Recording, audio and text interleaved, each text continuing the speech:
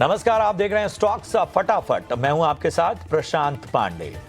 इस शो में हम बाजार से का जो एक्शन है उससे जुड़ी सभी खबरें फटाफट अंदाज में आपको बताते हैं।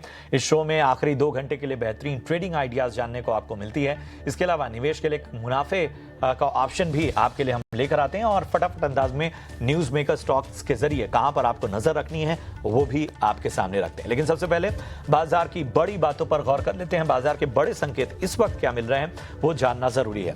तो निफ्टी देखिए 200 अंकों से ज्यादा की तेजी यहां पर 26,150 के पास इस वक्त कारोबार होता हुआ।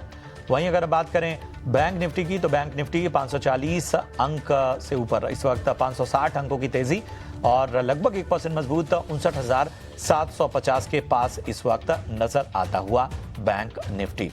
मेटल शेयरों में आज अच्छी खरीदारी देखने को मिल रही है। जीएसडब्ल्यू स्टील को अगर आप देखेंगे तो इस वक्त लगभग 5% का उछाल हमें देखने को मिल रहा है।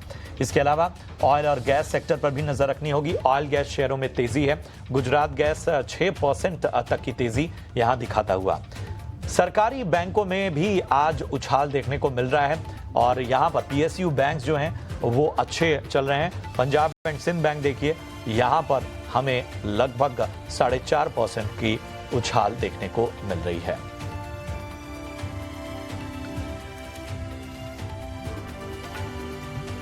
आगे और हमारे साथ आज चर्चा में शामिल हो रहे हैं निर्मल बंग से मार्केट एक्सपर्ट अमित भुप्तानी साहब। अमित जी, बहुत बहुत स्वागत आपका। नए साल की ढेर सारी शुभकामनाएं आपको और मैं आपके पास आऊंगा, लेकिन सबसे पहले बाजार में जो और बड़े संकेत हैं वो अपने दर्शकों के सामने रख देते हैं।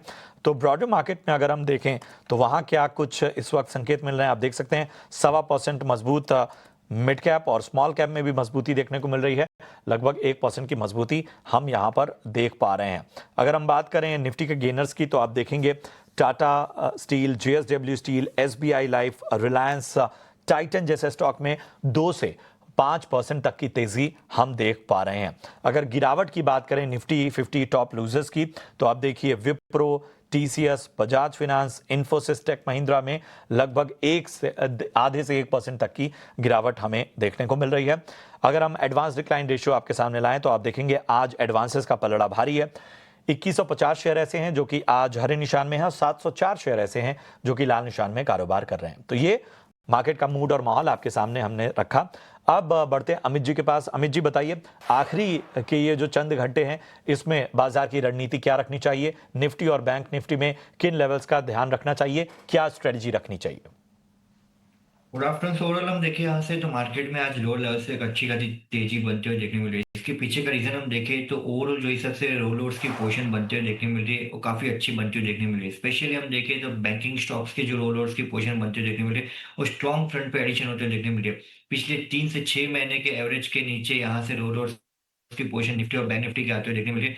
साथ ही साथ हम देखें तो रोल कॉस्ट भी थोड़ा कम होते हुए देखने मिल रहा है, जो एक पॉजिटिव साइन यहाँ से बनते हुए देखने मिल रहा है। कल के सेशन में एक इंपॉर्टेंट चीज ये होते हुए देखने मिली थी कि जो यहाँ से ओआई की पोजीशन थी वो कंप्लीटली शॉर्ट कवरिंग की तरफ शिफ्ट होते हुए देखने मिली है और मेजर जो मार्केट वाइड पोजीशंस है उसमें एक डिलीवरी एडिशन स्ट्रॉन्ग फ्रंट पे ऐड होते हुए देखने मिल रहा है। सो यहाँ से क्लियर इंडिकेशन कल के सेशन में मिल गया था मार्केट में यहाँ से क्लोजिंग बेसिस पे कि यहाँ से स्टेबिलिटी डाउन साइड में बेस अच्छा खासा बना के रखा है निफ्टी ने। अपसाइड में जो हिसाब से हम देखें तो निफ्टी का जो रेजिस्टेंस बना हुआ है यहाँ से वह 26,300 का 26,300 के ऊपर निफ्टी स्पॉट जैसे क्लोजिंग देगा तो निफ्टी यहाँ से 26,500 से 27,000 के लिए तैयारी कर लेगा। सो करंटली सेटअप पॉजिटिव है। जो सपोर्ट बनते हुए देखने मिल रहा है इंटरडे के लिए या नेक्स्ट 1 से 2 दिन के लिए वो 26,050 का 26,050 का स्टॉप लॉस लगाकर लॉन्ग की पोजीशन क्रिएट करनी चाहिए 26,300 के टारगेट्स के लिए।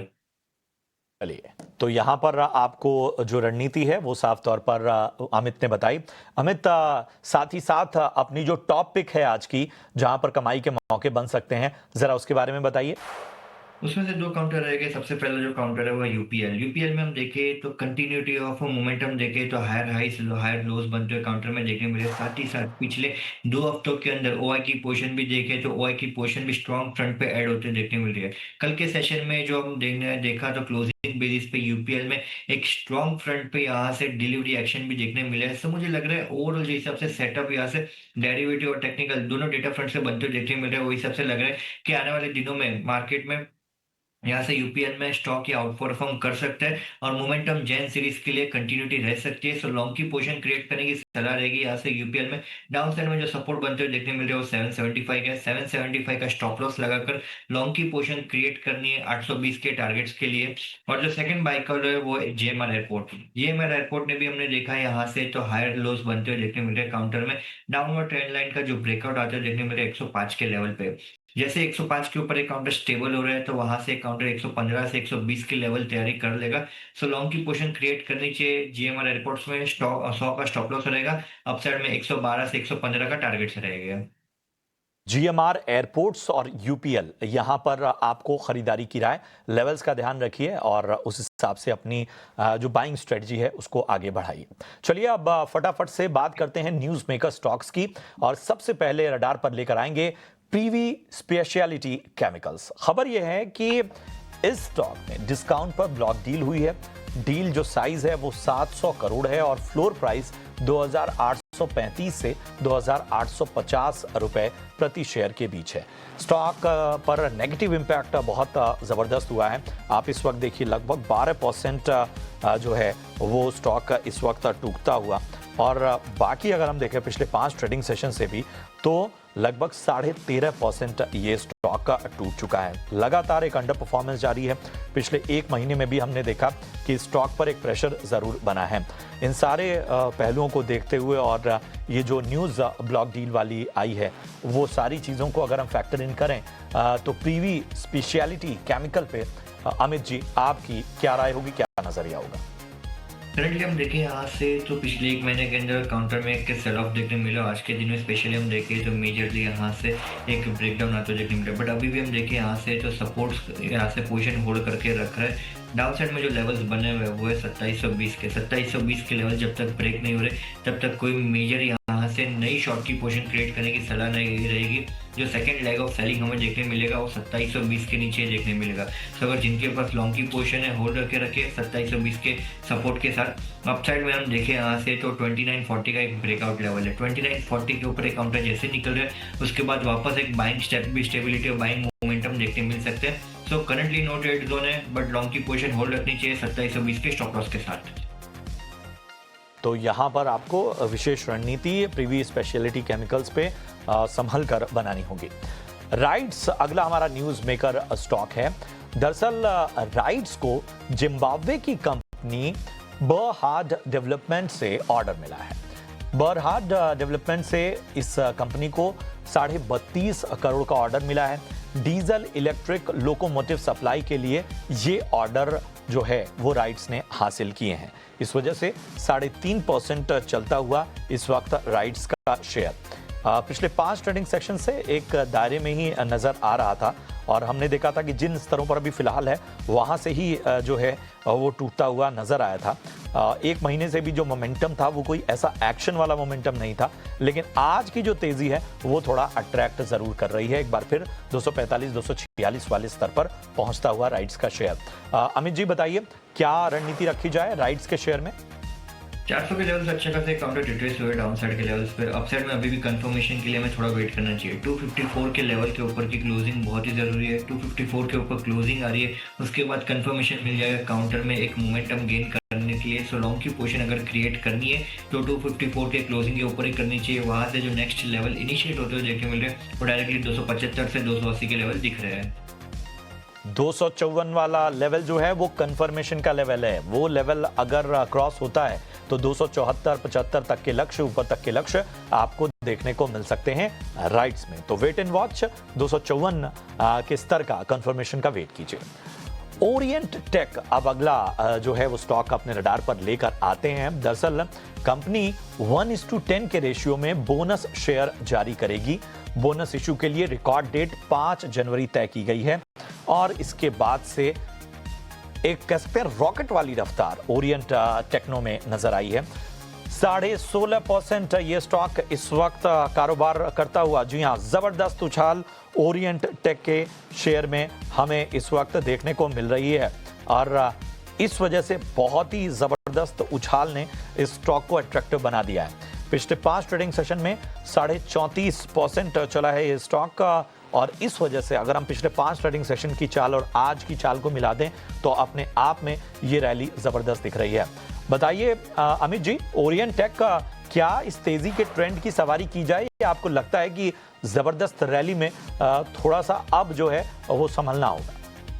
मैं कहूँगा यहाँ से स्टॉप लॉस ट्वेल करना चाहिए। काउंटर हम देखें तो काफ़ी यहाँ से हम देखें जो चार्ट स्ट्रक्चर यहाँ से पास्ट डेटा का भी दिखा रहा है, कंप्लीटली एक वॉलेटाइल फ्रंट या स्पेकुलेशन फ्रंट पे यहाँ से चार्ट स्ट्रक्चर बनते हुए देखने मिल रहा है। तो मैं कहूँगा ऐसे वॉलेटाइल काउंटर्स के लिए एक स्टॉप लॉस डेफिनेटली लगा कर चलना चाहिए। 2 दिन के अंदर हमने देखा था काउंटर 320 से डायरेक्टली 460 के लेवल तक जाते हुए देखने मिल रहे हैं। तो 435 का ट्वेलिंग स्टॉप लॉस लगाकर पोजीशन होल्ड रखिए, नई लॉन्ग की पोजीशन क्रिएट करने की सलाह नहीं रहेगी।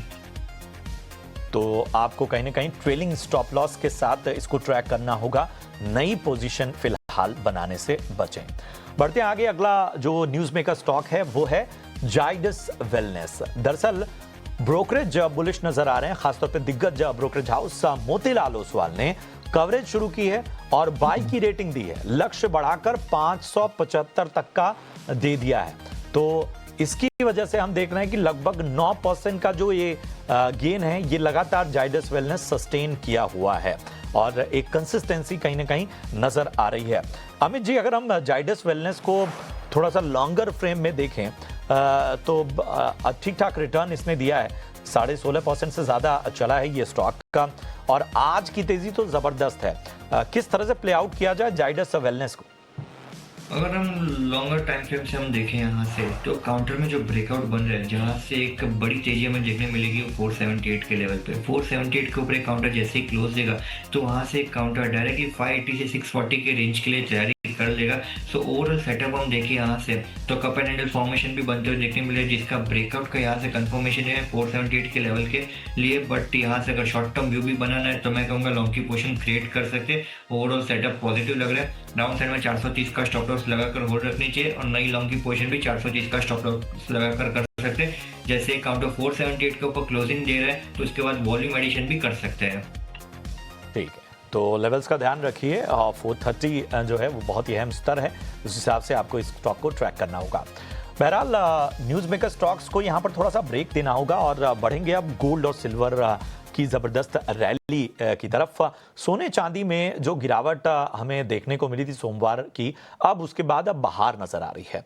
मगर अब सवाल है कि नए साल में सोने चांदी में कितनी तेजी आने वाली है? क्या 2025 की तेजी 2026 में भी कायम रहेगी? इस पर ईटी नाउ स्वदेश ने एक मेगा पोल किया। इस मेगा पोल की क्या फाइंडिंग्स हैं, विश्व मोहन उसके बारे में जानकारी दे रहे हैं। जी विश्व मोहन। 2025 में गोल्ड और silver top performing asset class की लिस्ट में सबसे ऊपर है, सबसे अव्वल रहा है। लेकिन क्या इस तरह की तेजी 2026 में भी दिखेगी? क्योंकि 2025 में चांदी ने 170 से 180% तक के रिटर्न दिए, सोने ने 2025 में 80% तक का रिटर्न दिया। क्या ये तेजी 2026 में भी दोहराने वाली है ये दोनों कमोडिटीज? इसी को लेकर ईटी नाउ स्वदेश ने एक मेगा पोल किया है जिसमें देश के बड़े ब्रोकरेज हाउसेस से उनके एक्सपर्ट से जानने की कोशिश की कि 2026 में सोना किस लेवल तक जा सकता है, टॉप लेवल क्या होगा, चांदी का टॉप लेवल क्या होगा। तो ब्रोकरेज हाउसेस की रिपोर्ट क्या कह रही है, उनके टॉप लेवल क्या है, वो आपको बता देता हूं। सबसे बड़ा टारगेट गोल्ड को लेकर जो आ रहा है, पृथ्वी फिनमार्ट की तरफ से आ रहा है, वो है 1,80,000 प्रति 10 ग्राम का। इसके अलावा केडिया एडवाइजरी की तरफ से 1,75,000 रुपए प्रति 10 ग्राम का, कमोडिटी समाचार सिक्योरिटीज का 1,70,000 का, पैराडाइम कमोडिटीज का 1,65,000 का टारगेट है। इसके अलावा कोटक सिक्योरिटीज का 1,60,000, केडिया फिनकॉर्प का 1,60,000 और निर्मल बैंक का 1,55,000 और ट्रेडबुल सिक्योरिटीज का 1,52,000 का टारगेट गोल्ड को लेकर है। हालांकि ये टारगेट उन्होंने दिए हैं टॉप के टारगेट, जो ऊपर में जहां तक सोना जा सकता है। इस बीच हो सकता है कि 2026 में आपको मुनाफा वसूली और करेक्शन भी दिखे, लेकिन हायर लेवल में इस तरह के टारगेट भी दिख सकते हैं। अब आपको एंट्री और एग्जिट कहां पे करनी है ये आप अपने फाइनेंशियल एडवाइजर्स की सलाह पे कर सकते हैं। चांदी को लेकर हमने सवाल पूछा था कि चांदी क्या टॉप का लेवल 2026 में बना सकती है, वो कौन से रिकॉर्ड लेवल, लेकिन चांदी की रफ्तार जारी रह सकती है। और सबसे बड़ा जो टारगेट चांदी को लेकर आ रहा है वो है कमोडिटीज समाचार सिक्योरिटीज का। उन्होंने टारगेट दिया है 4,50,000 रुपए का, यानी मौजूदा लेवल से 2 लाख रुपए से भी ज्यादा की तेजी और उनको 2026 में दिखती है। रिकॉर्ड लेवल से 2054 का जो रिकॉर्ड बना है 2,54,000 का, उससे भी करीब 2 लाख रुपए और ज्यादा तेजी उनको लगती है 2026 में। इसके बाद बड़ा टारगेट आ रहा है केरिया फिनकॉर्प का, उनका टारगेट है 2026 का 3,50,000 रुपए प्रति किलोग्राम का। इसके अलावा ट्रेडबुल सिक्योरिटीज का 3,10,000 का टारगेट है, पृथ्वी फिनमार्ट का और केरिया एडवाइजरी का 3-3 लाख रुपए का टारगेट है, और पैराडाइम कमोडिटी का 2,75,000, कोटक सिक्योरिटीज का 2,76,000 और निर्मल बैंक का 2,55,000।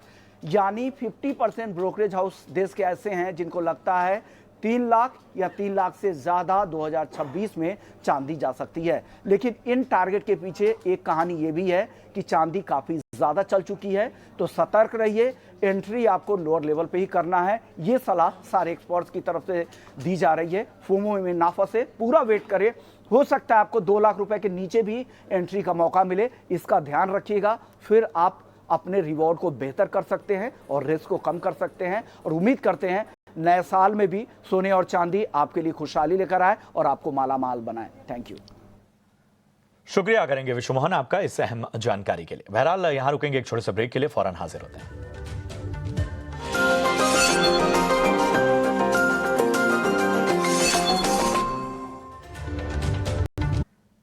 स्वागत है आपका ब्रेक के बाद, और बढ़ते हैं आगे और अब आपके लिए लेकर आते हैं मुनाफे का ऑप्शन।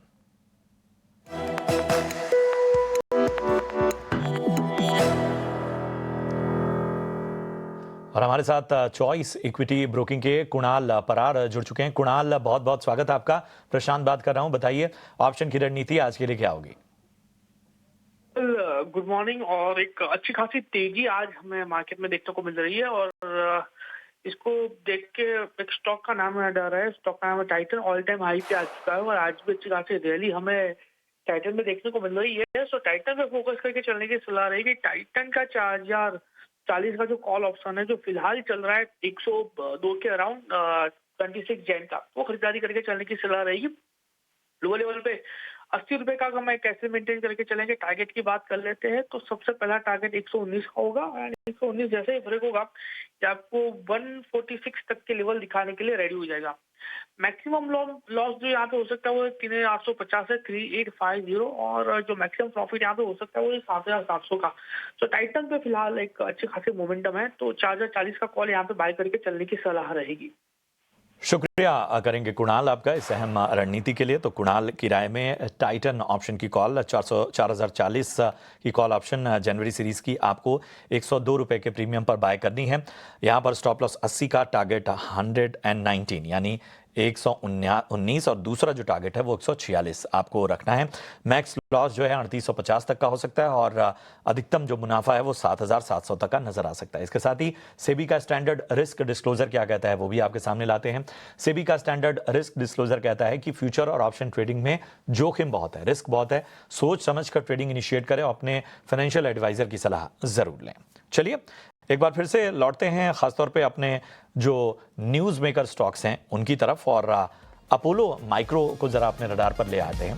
खबर क्या है, दरअसल अपोलो माइक्रो की सब्सिडरी को 419 करोड़ का ऑर्डर मिला है। बल्क एक्सप्लोसिव की सप्लाई के लिए यह ऑर्डर मिला है, और 4.5% चलता हुआ इस वक्त अपोलो माइक्रो का शेयर। तो क्या ये तेजी और टिकाऊ बन सकती है, क्या कोई मौका दे रही है? अमित जी से जानते हैं। अमित जी, अपोलो माइक्रो को इस खबर के दम पे किस तरह से रेट करेंगे?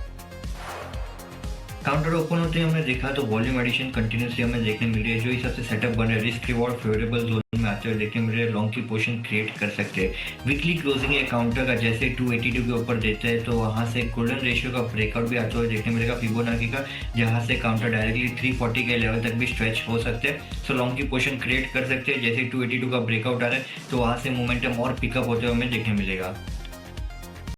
चलिए, तो अपोलो माइक्रो पर ये राय मिलती हुई अगला स्टॉक NACL इंडस्ट्रीज को लाते हैं।